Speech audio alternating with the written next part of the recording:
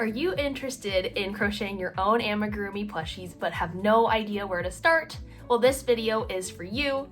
If you've been seeing these adorable little guys all over your social media feed, you are not alone, and they are just as fun to make as they look. Today I'm going to give you the top 10 things I think that you should know before you start your amigurumi journey. Number 1, what are the materials that I actually need? Well, when you start a crochet pattern and you find the one that you want to work on, often they will give you a list of the exact materials that you're going to need. So I would recommend just buying what you need for that first project. But generally speaking, here are the materials that you'll need for any amigurumi project. First things first, of course, you're going to need a crochet hook. I love the Clover Amour hooks. You will also need yarn. Some of my favorites include Premier Parfait Chunky. That looks like this in a finished project. I also love to use Bernat blanket yarn, which looks like this in a finished project. And then I also love to use Sweet Snuggles, which is a number 7 jumbo yarn, and that creates an even bigger plushie and looks like this in a finished project. A lot of it might look similar on camera, but when you feel these yarns, you'll be able to tell the difference. The next absolute necessity of what you'll need for crochet is a darning needle. This is to weave in any loose ends as you're going through. So this is a darning needle right here. There are different types of darning needles. These two are straight, but there's a metal and a plastic one, and then also a bent one. I highly recommend the bent one. It makes it a lot easier to get into your stitches. The next absolute necessity, in my opinion, are stitch markers to keep track of where you are at the start and end of your row.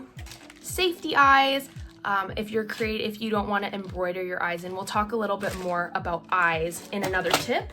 Last but not least is stuffing. This is a really big box. They do have smaller boxes of stuffing. You don't have to go this large, but this is what we use to actually fill up our projects with. The second thing to know is that hook size matters. It's going to impact the way that your final project looks. While gauge is not as important as crocheting garments that are wearables or accessories that need to fit a certain size, it does matter in how tight and compact your stitches look. In amigurumi, we want our stitches to look pretty tight so that we don't see holes. So it's recommended to go 1 to 2 sizes down from the hook size that's indicated on your yarn label. So for instance, we have Premier Parfait Chunky, which shows that it is a size 6 super bulky weight yarn, and you can also see that the recommended hook size is an 8mm. Now, you could start with a 6.5mm hook on this one. However, for me, I know from experience that I really like how this yarn looks with a 5.0mm hook. I'll put my recommendations down of hook sizes for my favorite yarn types and brands, but it's really going to come down to your own tension and your own preference. The thing to look out for is in the beginning rounds, are you seeing holes in your project? If yes, then you need to size down in a hook. If your stitches are too tight and you can't really get your hook through, that's an indication to go up a little bit. But yes, hook size does matter. And my other tip when it comes to hooks, get something that you like to crochet with. There are certain hooks that make a horrible squeaking noise, and that might make you think you just don't like crochet in general, when really you just don't have the right tools. So if you can, I would highly recommend getting a hook that you love. So number 3, let's talk about eyes. There are 2 different types of eyes that you can use for your projects. Not considering the embroidery option, that is another option, but just speaking about the 2 plastic options. We have the classic safety eyes, which look like this. They do not sink into your project. They sit on top of the project. The pros of these are that they are they're quite a bit more affordable actually. They're more accessible as well on Amazon or different places, and they still give your project a really cute look. They're much easier to get into your project as well. With that, the security of them, they're not as stuck in there as a sinker eye might be, but this is what it looks like. And then the other option is your sinker eyes. So these are sinker eyes. I hand painted these ones myself as well as these, and you can get some really cool sinker eyes that can just up level your project and make it look very unique. So for Todd the Turnip, which is a pattern that I'm actually currently working on, I used this pair of iridescent sinker eyes. The pros of these, I mean, they're absolutely adorable. They're very secure in there. They're not going to come out. They are really a little bit hard to get in. I had to use this tool to get them in. This is the Crojo Mojo Safety IJ. And they are a little more expensive since often they are hand painted. You won't get them in as large of a quantity as these. I don't think either of the options are better or worse. I think that there is a time and a place for both, but if you're just getting started, I might recommend these ones as they're a little bit easier to put into your project and they're very versatile, and you could get a large variety of sizes for an affordable price. Tip number 4, short and sweet, stitch markers. Use them. Stitch markers are a must-have in my opinion. They tell you where the end of a row is, so that way you know to start on the next round. There's really not much more to say other than that. I would just say number 4 is use these. Don't try to do it without them. You're just making your life a lot harder. Tip number 5 is to start small. You might be tempted to just jump right off the deep end and create an ultra complex project like a dragon or a turtle, but I would highly recommend starting with a more beginner-friendly project.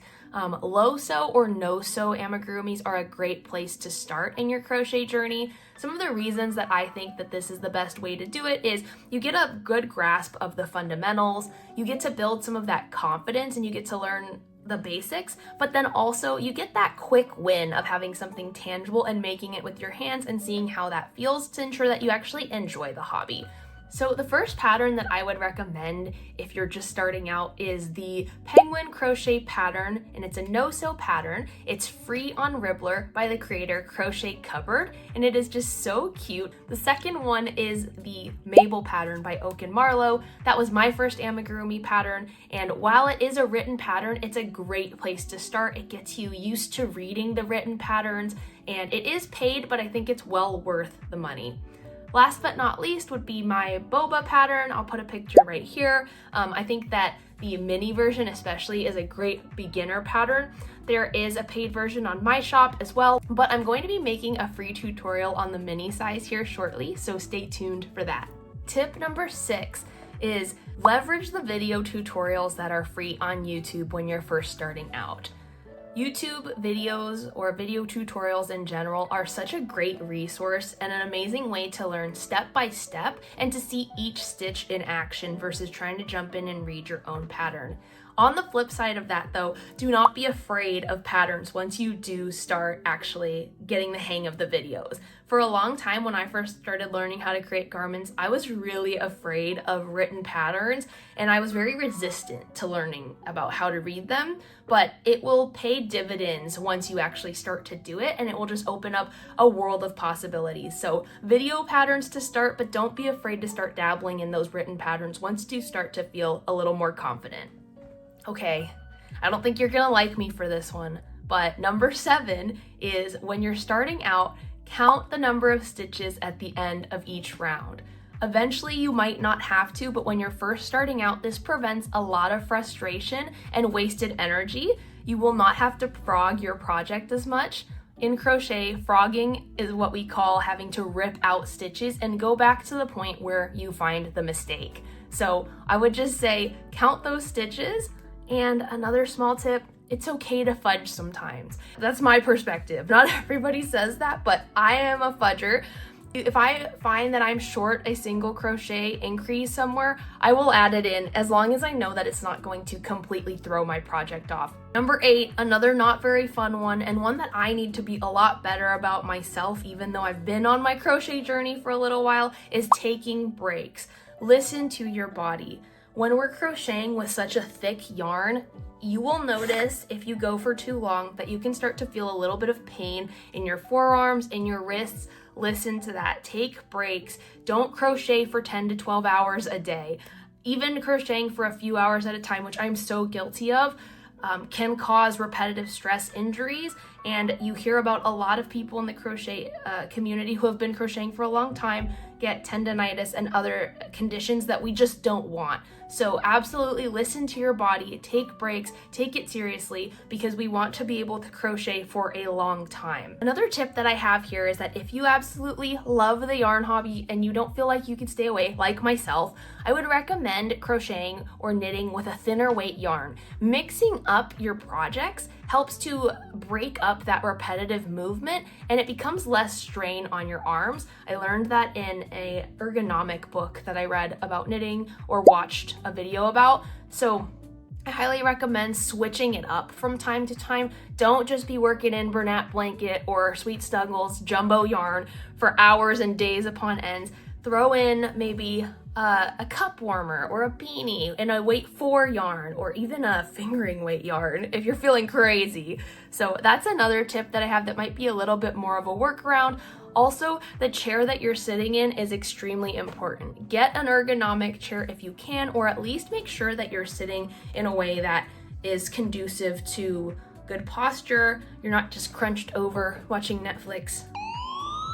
I need to be better too, but this is something we should all be very, very mindful of. Number 9, be patient. This is at me again. As with any craft, it's going to take you some time to learn the ropes, to figure out what it is that you need to do, and to get proficient at the craft. So when you start to get frustrated, just remember that you're creating something with your hands. You're not Amazon, you're not a machine. How cool is that? This is definitely a message to myself even now. There are days where I get frustrated, especially when it comes to pattern design, when I'm trying to finagle with something and figure out how to make it fit. It can feel frustrating, but let's remember that we're doing this for fun, and getting frustrated is okay, and it's okay again to take a break and come back to it when we have a fresh set of eyes, or even to work on a different project. I think Crochet by Jenna said that she doesn't seam anything after 9 o'clock. I think it's so smart to know yourself and to know when you're hitting that limit. There's actually a lot of discipline in crochet. You have to know when you're in the mental state to sew things on or sew things together, or to do those more complicated, mentally stimulating tasks. Number 10, have fun. We're doing this because it's a hobby, not because we have to. Crochet is something that I want to do on my best days, and I also want to do on my worst days. And so that's how I know that it's something that really matters to me. So remember, when you're just learning or starting out, that this is meant to be fun. This is not meant to be a source of stress, and it's okay if your projects are not coming out perfect. I can't speak highly enough about crochet. It has truly given me such a creative outlet, and I don't mean to be dramatic, but it has truly changed my life for the better. So those are the top 10 things that I think you should know if you're just getting started with amigurumi. Let me know if you think I missed anything in the comments down below. We can all help each other out here. Anybody who's been crocheting amigurumi for a while, also let us know what are some things that you did when you were first starting out that were helpful. And if you enjoyed this video, feel free to subscribe for more crochet and yarn related content. And other than that, that's it. I will see you next time. Thanks. Bye.